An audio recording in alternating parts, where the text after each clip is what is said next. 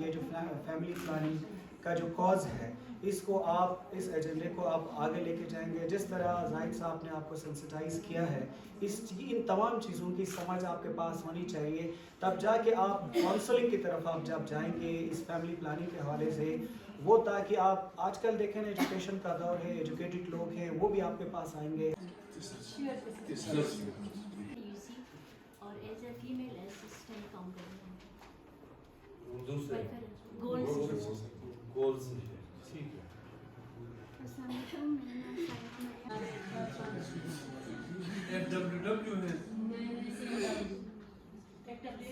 ہاں میں RHS A کے اوپر ہوتی ہوں,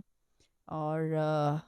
حال ہی میں میری کوئی ڈپوٹیشن ہوئی ہے, اٹیچمنٹ ہوئی ہے. آج کے سیشن کے حوالے سے میں یہ کہوں گی کہ بہت ہی اہم تھا. اس کی اہمیت اس حوالے سے تھی کہ فیملی پلاننگ ہمارے یہاں عمومی طور پہ بڑا نیگلیکٹڈ ڈپارٹمنٹ رہا ہے, اور اس حوالے سے جو خواتین میں اور اسپیشلی جو ہماری نیو ریکروٹرز ہیں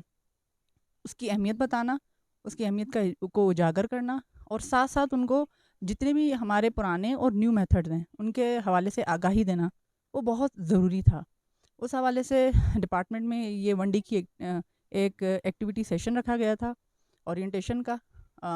اس میں مختلف میتھڈز پہ بات ہوئی ہے. بہت ساری کیوریز ہیں جو کہ ایڈریس نہیں ہوئی تھیں, ان کو ایڈریس کیا گیا ہے اکارڈنگلی, اور I am very grateful hopefully being a participant as well as میں کیونکہ اٹیچڈ ہوں یہاں پر, تو اس حوالے سے میں چاہتی ہوں کہ کوئی نہ کوئی جو ہے وہ پارٹیسپیشن میری طرف سے بھی رہے as a lady medical officer. اور I am very thankful to all of the participant as well as ہمارے ڈائریکٹر صاحب, ہمارے سیکریٹری پاپولیشن ویلفیئر صاحب. ان کا میں تہہ دل سے مشکور اور ممنون ہوں کہ انہوں نے یہ ایک موقع فراہم کیا جس میں بہت بہتر انداز سے مختلف ہمیں وہ ڈیموگرافک ویلیوز جو ہمیں کبھی نہیں پتہ تھیں, شاید مجھے ایز اے LMO بھی نہیں علم تھا, ان کے بارے میں آگاہی ہوئی, اور بہت ہی فروٹفل سیشن رہا.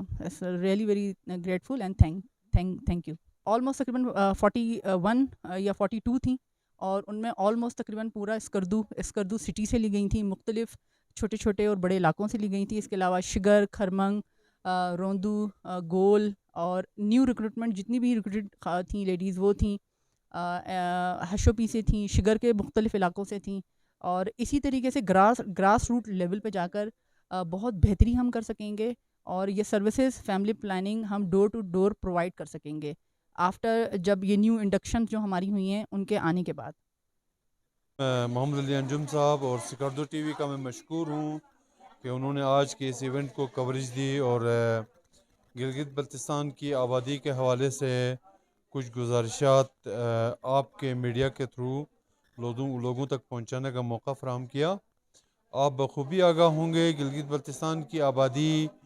اگر ہم ملک کے باقی صوبوں کے ساتھ اس کا تقابل کریں تو زیادہ کوئی پریشانی والی بات نہیں لگتی.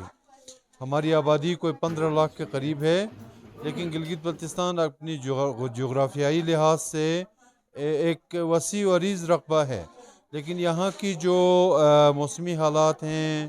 یہاں کی جو پیداواری صلاحیت ہے وہ انتہائی محدود ہے. اور پچھلے سالوں میں آبادی میں کافی تیز رفتاری سے اضافہ ہوا 1980s کے دہائی میں, لیکن پھر 1990 کے بعد گورنمنٹ آف پاکستان کی کئی انیشیٹیوز جس میں لیڈی ہیلتھ ورکر کا پروگرام آیا, پاپولیشن ویلفیئر پروگرام آیا, اس کے بعد PPHI کا آیا, MNCH کا آیا, اور پرائیویٹ سیکٹر نے کافی یہاں پہ اپنی انٹرونشن شروع کی, جس کے نتیجے میں گلگت بلتستان کے جو شماریے ہیں فیملی پلاننگ کے حوالے سے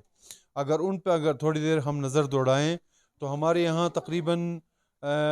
40% جو شادی شدہ جوڑے ہیں جو بچے پیدا کرنے کی عمر میں ہیں وہ فیملی پلاننگ پہ عمل کرتے ہیں. گلگت بلتستان میں فیملی پلاننگ کے لیے جو ٹوٹل ڈیمانڈ ہے محمد علی انجم صاحب وہ تقریباً 65% ہے, یعنی ہم پاکستان میں سب سے زیادہ ڈیمانڈ ہے GB میں پاکستان کے کسی بھی صوبے کے مقابلے میں. اس میں سے ہم کوئی 40% کے قریب ڈیمانڈ کو اپنی سہولتیں بہم پہنچا پا رہے ہیں. جو باقی جو 24-25% ہے وہ ان تک یا تو ہم اپنی سہولتیں بہم پہنچا نہیں پا رہے تھے, یا علاقہ وسیع ہونے کے ناطے اور آبادی کی گنجانیت انتہائی کم اور بکھری ہونے کی وجہ سے اور پہاڑی خطہ ہونے کی وجہ سے رسائی ممکن نہ ہونے کی وجہ سے ان تک سہولتیں نہیں آ رہی تھیں. تو فیڈرل گورنمنٹ کے تعاون سے ہم نے ایک 3 سالہ منصوبے کے تحت اس پروگرام کو وسعت دی ہے. جیسے کہ میں نے آپ کے سامنے ایک چارٹ کی شکل میں پیش کیا کہ ہماری کوئی 37 فیملی ویلفیئر سینٹرز تھے جن کی تعداد بڑھا کے ہم نے 110 کی ہیں. ریپروڈکٹیو ہیلتھ سینٹرز کو ہم مزید 3 ایڈ کیے ہیں,